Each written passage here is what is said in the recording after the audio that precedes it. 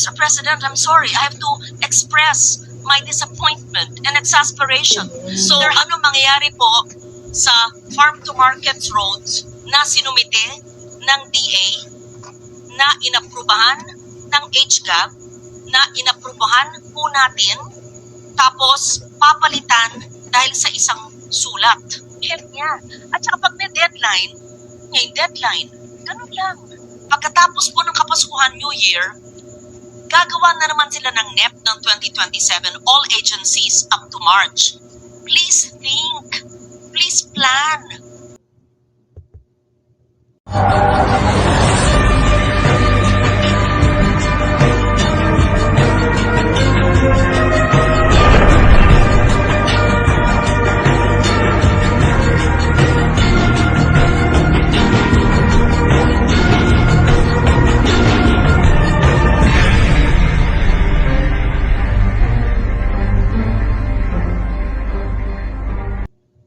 Thank you, Mr. Chairman. Mr. Chairman, I move to withdraw my motion to reinstate in unprogrammed appropriations Marawi Seeds Victim Compensation Program in the amount of 1 billion pesos. Thank you, Mr. Chair. Right. With that, the motion of Rep. Alan is withdrawn. We have a motion to approve the other executive offices that were mentioned earlier. Senator Lawrence and then Senator Ivy. Thank you, Mr. Chair. Of course, I will support my chair. But I pose the question, if this is so urgent, which I think it is, why did the department, regardless of who is sitting as secretary, did not include it in the initial NEP? The first quarter of this year up to June. Assuming they did not think about its necessity then, why did they not present it during plenary debates in the House of Representatives and in the Senate? Assuming they still forgot, why did they not write the letter during the time of the HGAB? Assuming they forgot again, why did they not give it way before the BICAM?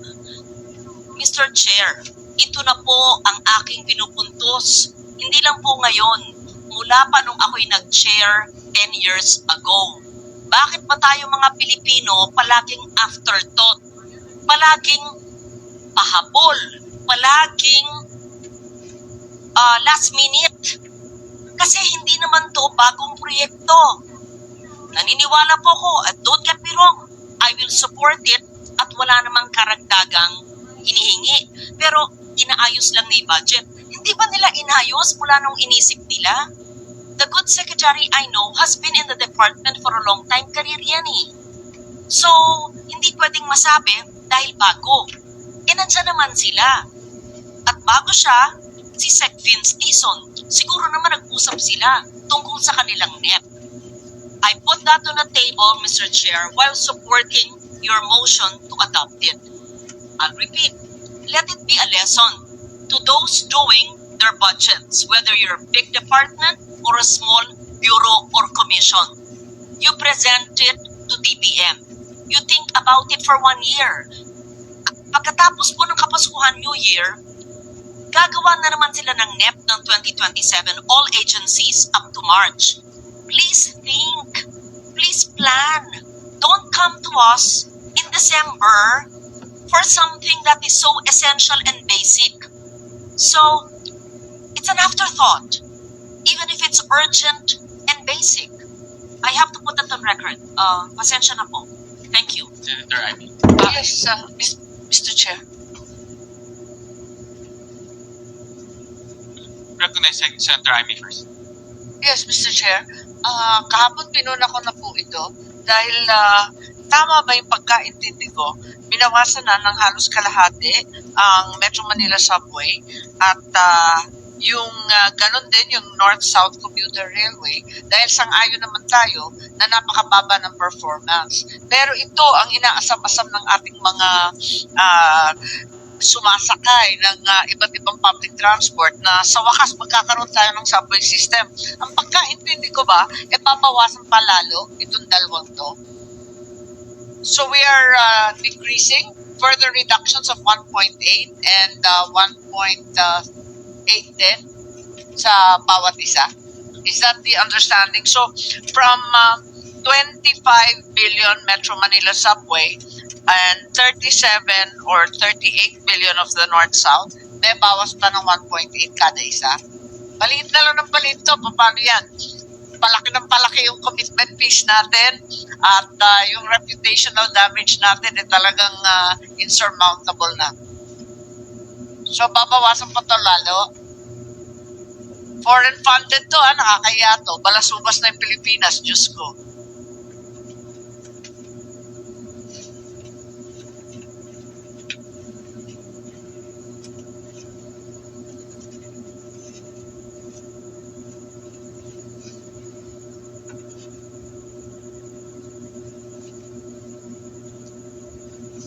I'm on the phone with Secretary Banoy to clarify the queries of Senator Legarda and Senator Marcos. So with tinanong ko po exactly how Sen. Lauren asked it as to why it was not there in the NEP, and it hasn't been brought up either during the House deliberations or the Senate deliberations. What happened po is that both of these, the AFCS project as well as the common station, were supposed to be under two different PPPs to be supposedly managed by the LRMC.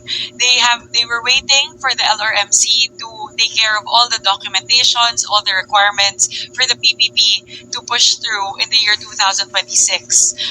Up until this point, hindi pa po nagsasubmit yung LRMC. So given the criticality, What is LRMC? It says something that abbreviates it. He better explain. Light Rail Transit Extension.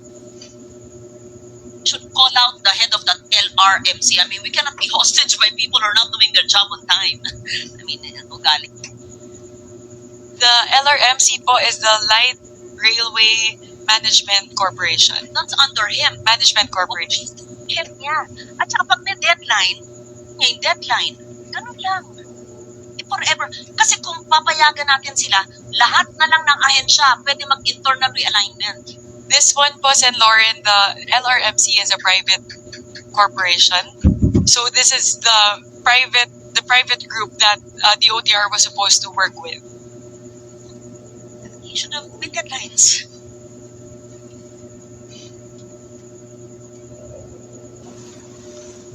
Actually, in fairness to the department, nasa tier 2 siya.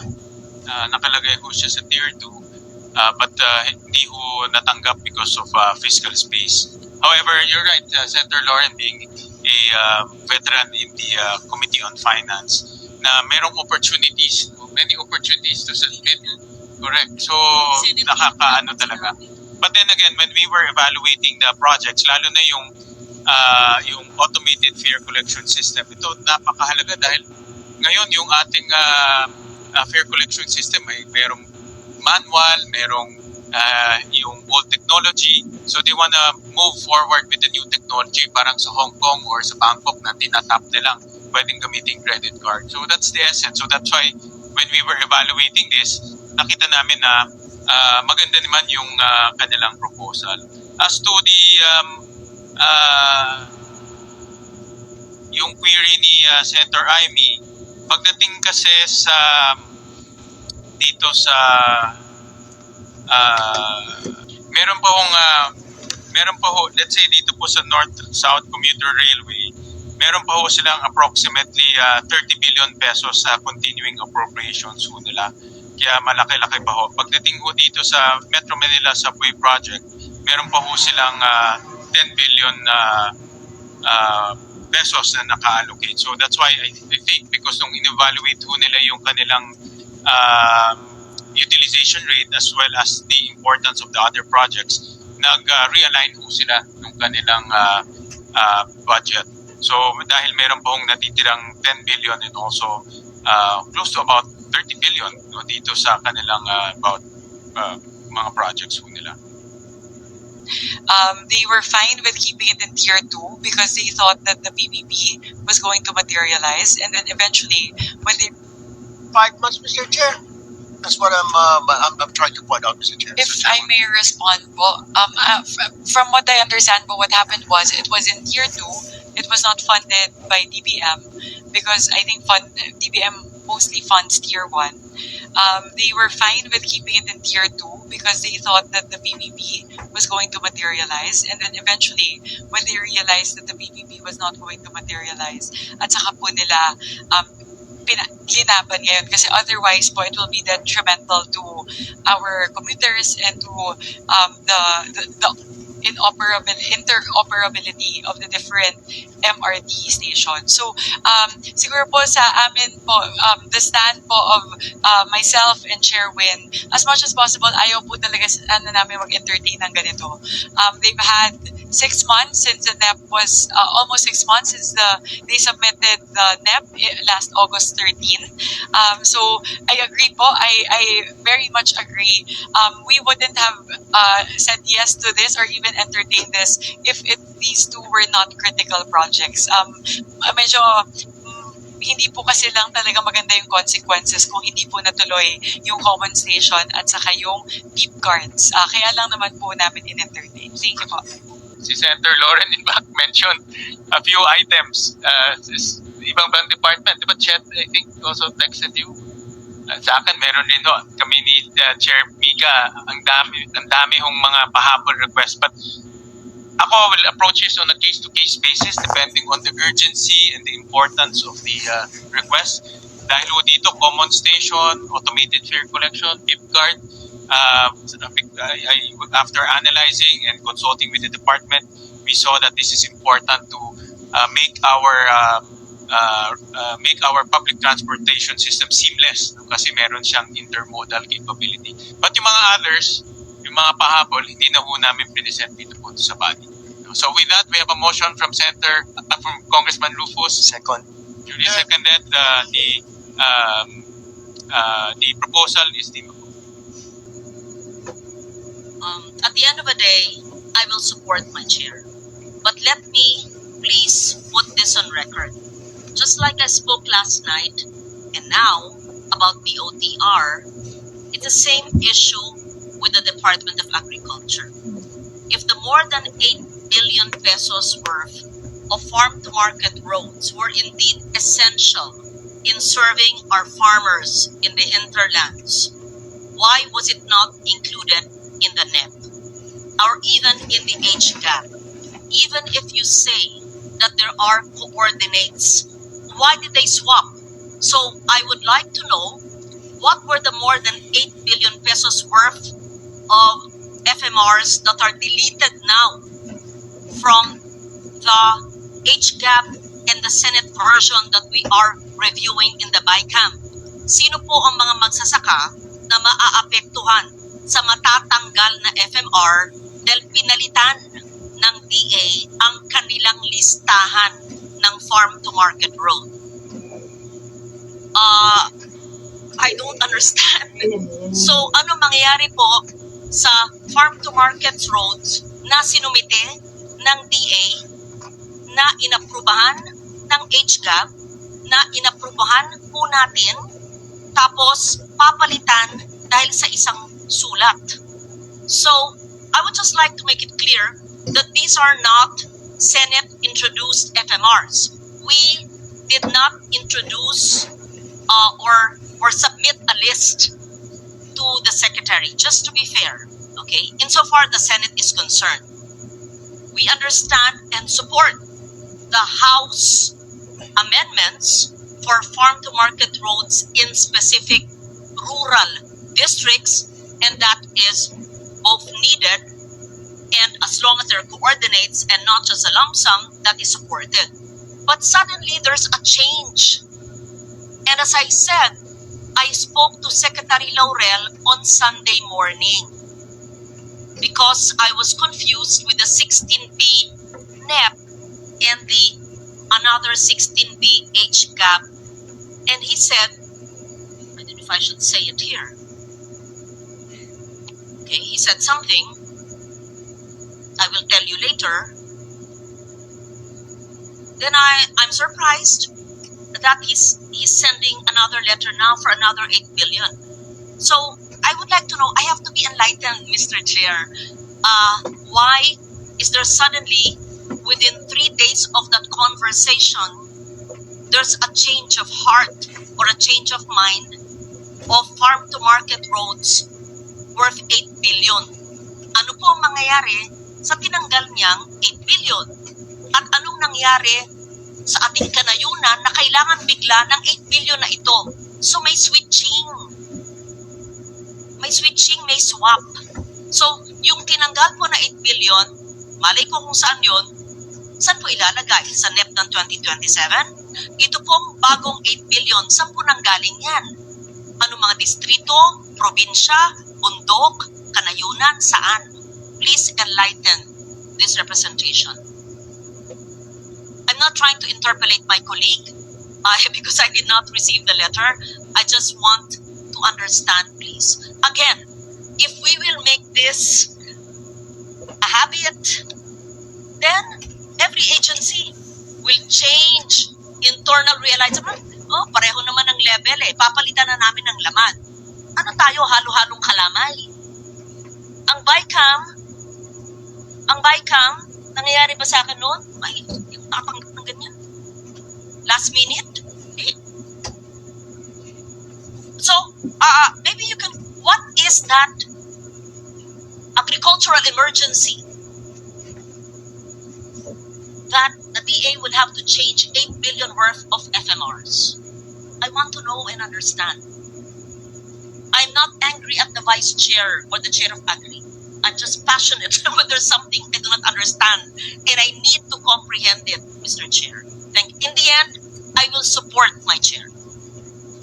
If I may place on record, this request has not been acted on. So we continue to, well, at least for the Senate, we are standing by the previous list that we approved on December 13. Now, if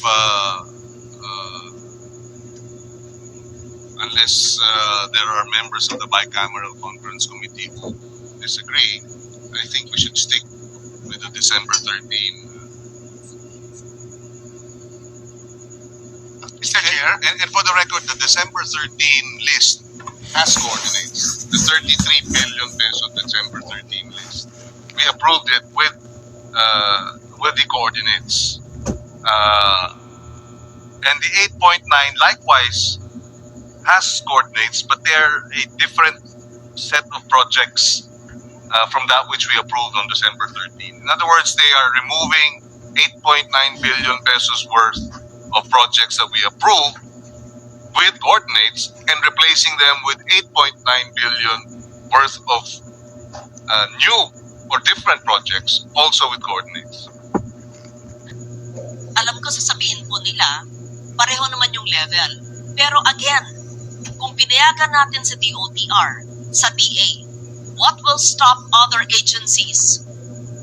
Change na lang yung listahan ng classroom sa DepEd. Change na lang yung ibang mga highway at multipurpose sa DPWH. Palitan na lang lahat ng irigasyon sa NIA. Tanggalin na lang. These lapses will affect the planning of projects that are, we're so diligent in our responsibility to plan, to submit requirements. Tapos isang sulat lang, palit. I think you have, I'm sorry, Mr. Chair. Okay, hindi ako yung chair. Ano yung dahilan? May dahilan. If it's a national security issue, yes. If it's so important, yes, I want to understand. Gusto ko lang maintindihan.